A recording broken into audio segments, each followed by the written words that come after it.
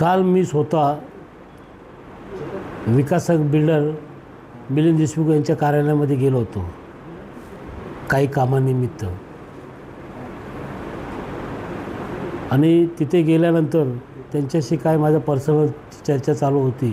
त्याच्यानंतर मी 20 मिनिटं 15 मिनिटं त्यांच्याशी चर्चा करून बाहेर पडलो आणि माझे अंगरक्षक पोलीस हे बाहेर उभे होते। त्यांना मेघराज तुपांगेने काय बघतोस माझ्याकडे किंवा अशा पद्धतीने शिवीगाळी केली वाटतं। त्यांनी विचारलं तू काय बघतो असे त्याची बाजूनंतर शिवी दिल्यानंतर त्यांनी काय प्रत्युत्तर दिलं नाही अंगरक्षकांनी। त्यांनी ही गोष्ट मला बाहेर निघाल्यानंतर खाली उतरल्यानंतर तिथे लिफ्टमध्ये खाली आल्यानंतर सांगितले दादा साहेब अशी घटना घडली, पूर्वी पण अशी घडली, मी तुम्हाला कानावर टाकलं आताही आले, आमचं काय आमचं काम नाही। तुम्ही विचारला त्याला जाब विचारला असता तर उद्या तुम्ही बोलले असते तुम्ही अँटीसिपेट तुमचं काय व्हायला, परंतु मी तसं न करता मी डायरेक्ट सांगितले की असं झालं उद्या अजून तुला काय त्रास होऊ नये मग काय करायला पाहिजे। तो बोलतो मी पोलीस कंप्लेंट करतो। पण ठीक आहे।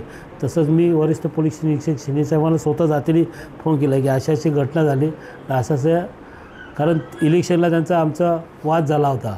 तो मनात राग धरून पोलीस बंदोबस्त किंवा मला देखील बोलायची हे झाली नसते, परंतु ह्या हेतूने त्यांनी बॉडीगार्डला जे केला पोलीस बंदोबस्त म्हणजे तर उद्या त्यांनी काय ठरवून आला होतं का बाबा त्याचं काय निमित्त काम निमित्त होतं ते देखील मला माहिती नाही।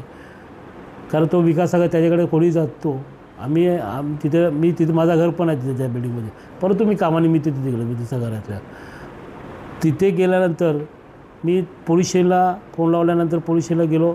त्याला मी स्वतः जातीने बरोबर जाऊन त्याची नोंद घेतली, NC घेतली तिथे पोलीस स्टेशनला। आणि थोड्या वेळाने म्हणजे अर्धा पाऊण घंटा तिथे गेला आमचा। त्याच्यानंतर यांनी आमचे 2 कार्यकर्त्यांना मारहाण केली। 2 ते 3 तिघे जण होते, त्याच्यामध्ये तिघांना एकाला थोडं लागलं पण दोघांना जास्त लागलं। तलवारीने मला वाटतं मारहाण केली आणि ते पोलीस स्टेशनला आले तेव्हा मी बघितलं, मी देखील तिथे पोलीस स्टेशनलाच होतो त्याच्या अगोदर, की अशी घटना घडली। तुपांगे हा पूर्वी इलेक्शनला विधानसभेला देखील त्याच्यावर वाद झाला होता, त्याच्यावर ते देखील NC आहे।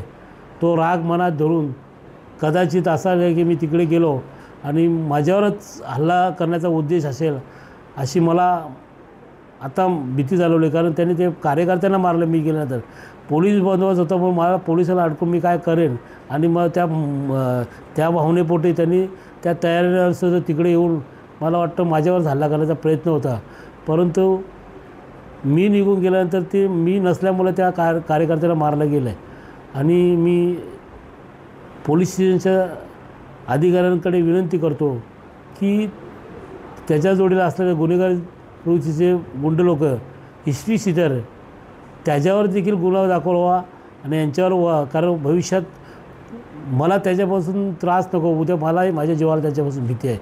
म्हणून मी स्वतः जातीने देखील त्याच्या तुम्हाला स्टेटमेंट देत आहे आणि मी तसे नोंद करून पाठवले। जे NC दिली माझ्या पोलीस बंदोबस्ताचे देखील NC त्यांनी दिलेले ते देखील तुम्हाला पाठवले।